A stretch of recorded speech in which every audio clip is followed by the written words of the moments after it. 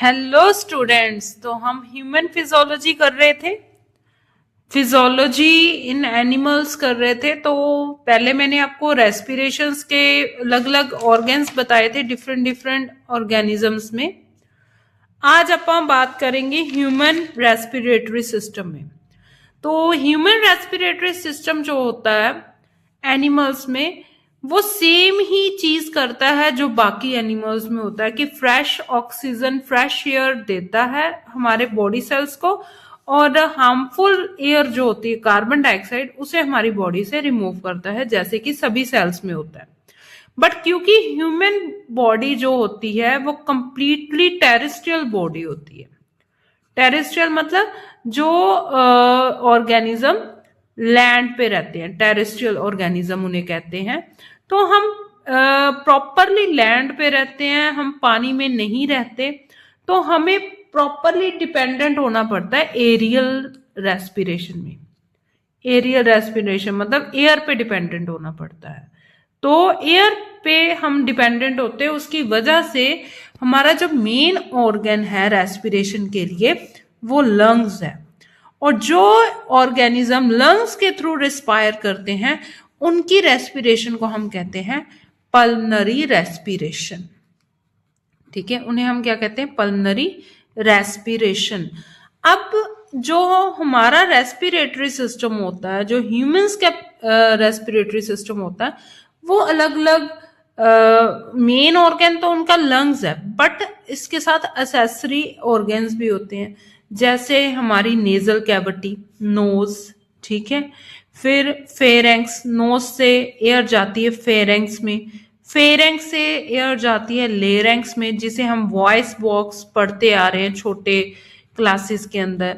ठीक है, voice box से हमारी एयर जाती है ट्रेकिया में, ट्रेकिया से जाती है ब्रोंकाई में, और ब्रोंकाई से जाती है लंग्स के अंदर। तो अब अभी देखते हैं कि कैसी स्ट्रक्चर्स होती है। तो बच्चे यहाँ पे आपके पास लेट्स सपोज कि आपका नोज है। ठीक है, तो यहाँ से नोज, नोस्ट्रिल में एयर आती है, नोस्ट्रिल से कहाँ पे जाती है? फेरेंक्स में। ये हमारा फेरेंक्स है, और इसके जस्ट आगे क्या स्टार्ट हो जाता है? लेरेंक्स। और लेरेंक्स कहाँ पे आगे अटैच होता है? ट्रेकिया पे। ये जो आपके पास जो स्ट्रक्चर है इसको हम ट्रेकिया बोलते हैं। ठीक है, ये हमारे ट्रेकिया होते हैं, और ये हमारे लंग्स होते हैं। ठीक है, ये हमारे दो लंग्स हैं। अब इनको कैसे रिप्रेजेंट करते हैं? तो जो हमारे राइट साइड होता है, ये हमारा लेफ्ट, उसको हम लेफ्ट से रिप्रेजेंट करते हैं। ठीक है, इसको हम लेफ्ट से रिप्रेजेंट करते हैं, और जो हमारा लेफ्ट साइड होता है उसको हम राइट से रिप्रेजेंट करते हैं। वो इसीलिए कि कल को तुम डॉक्टर बनोगे तो आपके पास पेशेंट पड़ा होगा, तो उसको आप उसके लेफ्ट को राइट ना सोच लो। उसकी वजह से जब आपको +1 में पढ़ाया जाता है, पढ़ाया ही ऐसे जाता है कि आप दूसरे की साइड से देखो, अपनी साइड से नहीं। आपको ऑपरेट करना हो राइट का, आप कर दो लेफ्ट का।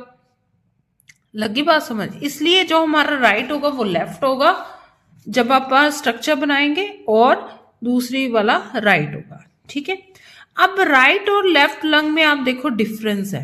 ठीक है, जो राइट लंग है वो बड़ा होता है as compared to left lung, क्योंकि यहाँ पे बीच में हमारा हार्ट होता है सेंटर में, और जो थोड़ा सा टिल्टेड होता है किस साइड? लेफ्ट साइड की ओर। ठीक है, ये हमारी होती है जो हमारे ब्रोंकाई होती है। ठीक है, जो आगे प्राइमरी, टर्शरी इसमें डिवाइडेड होती है, और फिर यहाँ पे हमारे पास ग्रेप लाइक स्ट्रक्चर्स आती हैं जिन्हें हम एल्वियोलाई बोलते हैं। क्लियर? थोड़ा सा क्लियर हो गया? बाकी डिटेल अपन स्ट्रक्चर करेंगे, ऐसे नहीं ऐसे ही छोड़ देंगे, डिटेल स्ट्रक्चर करेंगे। यहाँ पे ये जो आपको एक मस्कुलर स्ट्रक्चर दिख रही है, ये एक मस्कुलर स्ट्रक्चर होती है, ये होता है डायाफ्राम। जो एक मस्कुलर स्ट्रक्चर होती है डायाफ्राम, ये मसल होती है। जब रेस्ट में होता है तो ये इस तरह से डोम शेप में आ जाता है, और जब ये क्या कह सकते हैं कि जब ये वर्क करता है, जब ये हम सांस लेते हैं, इनहेल करते हैं, तब ये फ्लैटेंड ऐसे हो जाता है। ताकि जिससे हमारी एयर लंग्स को फिल करने के लिए लंग्स भी क्या कर देंगे, इंक्रीज कर जाएंगे जब हम सांस लेंगे, और जब सांस छोड़ेंगे, एक्सेल करेंगे, तब ये इस तरह से ऊपर की ओर चला जाएगा।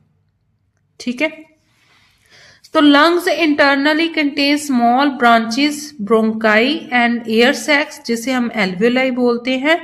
लंग्स जो है हमारे वो किसके साथ जुड़े हैं, ट्रेकिया से, ब्रोंकाई से।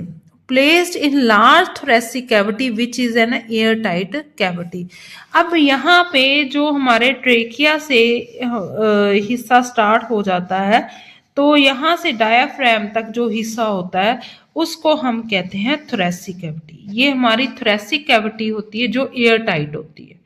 ठीक है, क्या होती है, एयर टाइट होती है थोरेसिक कैविटी। आप कह सकते हो जहां पे लंग्स प्रेजेंट है, एयर टाइट कैविटी होती है। अब ये जो थोरेसिक कैविटी है, इसको कवर किसने किया होता है, ये रिब्स ने किया होता है कवर। ठीक है, रिब्स ने कवर किया होता है। It's base form by muscular flap, जिसको हम क्या कहते हैं, डायाफ्राम। इसको हम क्या कहते हैं, डायाफ्राम। तो एट द रेस्ट में जब होते हैं तो डायाफ्राम किस शेप में हो जाता है, डोम शेप में हो जाता है, प्रोवाइडेड विद फ्रेंकी मसल्स।